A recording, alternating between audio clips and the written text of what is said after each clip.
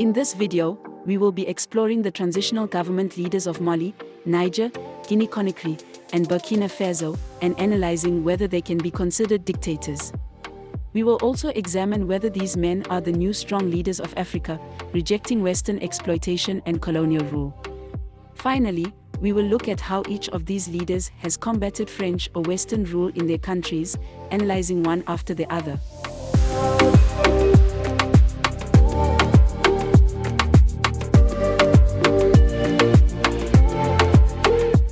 Let's start with the transitional government leader of Mali.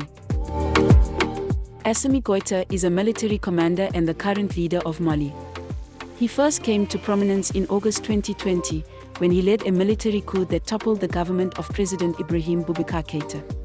Goïta served as the vice president of the transitional government that was established after the coup, but he then staged another coup in May 2021, ousting the interim president and prime minister and assuming control of the government. Goïta's rise to power has been facilitated by the weakness and instability of Mali's democratic institutions, as well as by widespread popular dissatisfaction with the government's handling of various crises, including a jihadist insurgency in the north, intercommunal violence, and economic instability. It is not clear what Goïta's specific policies are regarding French and Western powers for colonial rule in Mali. Mali is a former French colony and maintains close diplomatic and economic ties with France and other Western countries. However, there is a significant anti-French sentiment among some segments of the Malian population, who view France as a neo-colonial power that seeks to maintain its influence over Mali and other African countries for its own interests. Goïta has not publicly advocated for a rejection of French or Western influence in Mali, but he has sought to distance himself from France and other Western powers in some respects.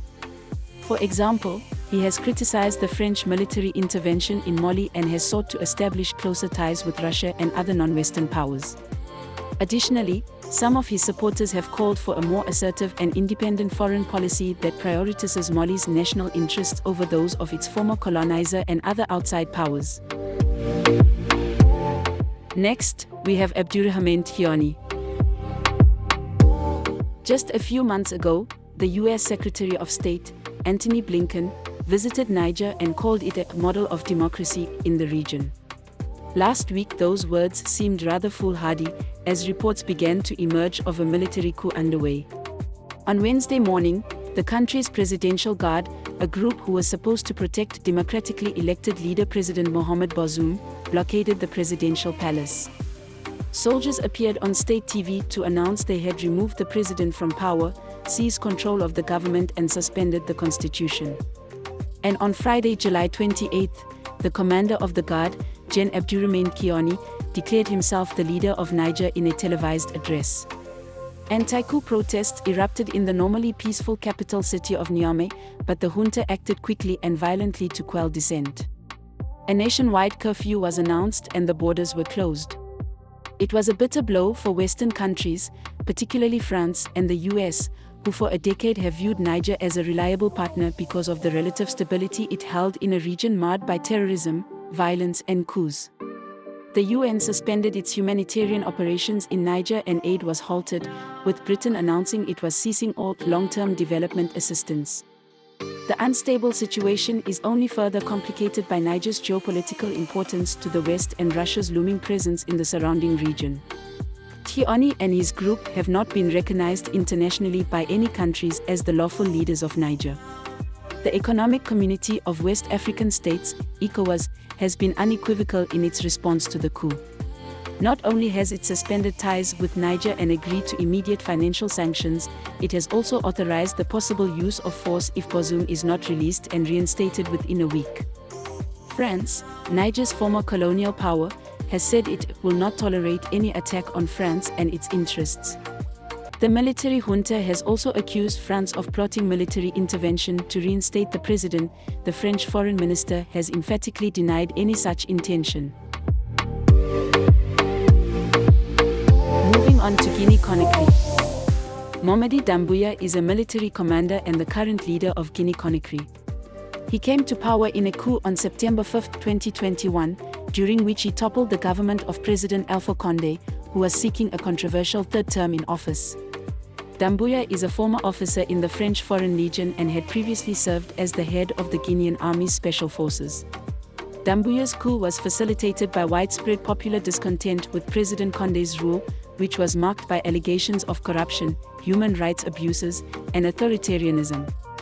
Additionally, the military had become increasingly dissatisfied with Condé's policies and his attempts to extend his rule beyond the constitutionally mandated two-term limit. Since taking power, Doumbouya has promised to establish a transitional government and hold democratic elections within a year. He has also pledged to combat corruption, improve governance, and promote economic development in Guinea. However, it is not clear what his specific policies are regarding French and Western powers for colonial rule in Guinea. Guinea is a former French colony and maintains close diplomatic and economic ties with France and other Western countries. However, there is a significant anti-French sentiment among some segments of the Guinean population, who view France as a neo-colonial power that seeks to maintain its influence over Guinea and other African countries for its own interests. It remains to be seen whether Doumbouya will take any specific measures to reject French or Western influence in Guinea. So far, he has not made any public statements or taken any actions that indicate a desire to sever ties with France or other Western powers.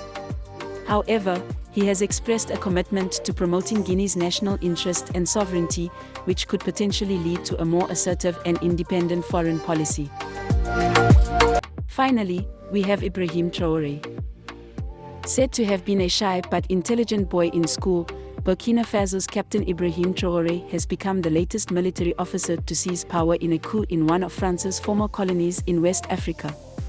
He overthrew his former comrade, Lieutenant Col Paul-Henri Damiba, on September 30th, after accusing him of failing to fulfill his promise of quelling the Islamist insurgency that has gripped Burkina Faso since 2015.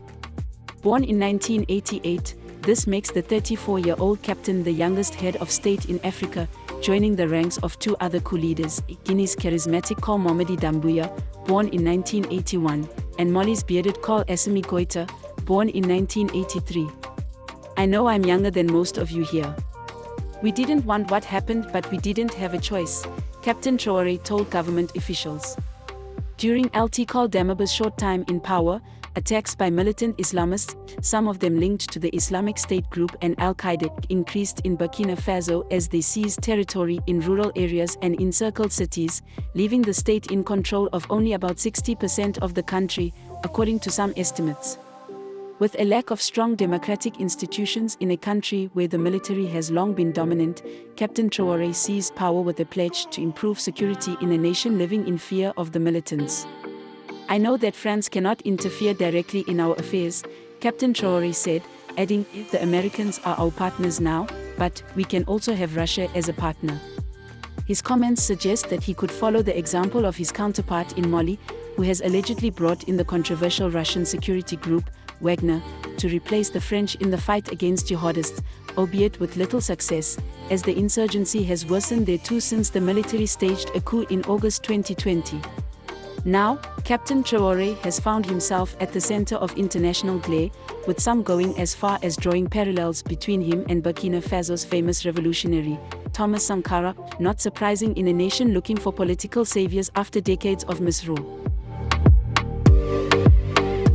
Now, let's examine whether these men can be considered the new strong leaders of Africa, rejecting Western exploitation and colonial rule.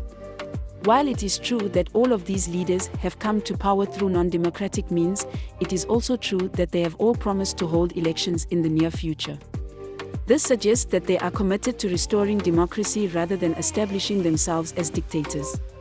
In terms of rejecting Western exploitation and colonial rule, all of these leaders have taken steps to assert their country's sovereignty and reduce their dependence on Western aid and influence. For example, Goïta has suspended Mali's membership in the Economic Community of West African States, a regional organization that has been accused of being too closely tied to Western interests. Kioni has also taken steps to assert Niger's sovereignty, criticizing France's military presence in the country and calling for a renegotiation of the terms of the country's uranium exports. Doumbouya has similarly criticized France's influence in Guinea and has called for a more equitable distribution of the country's resources. Traoré, for his part, has taken steps to reduce Burkina Faso's dependence on foreign aid and has criticized the country's former colonial power, France, for its role in the country's history. Finally, let's analyze how each of these leaders has combated French or Western rule in their countries.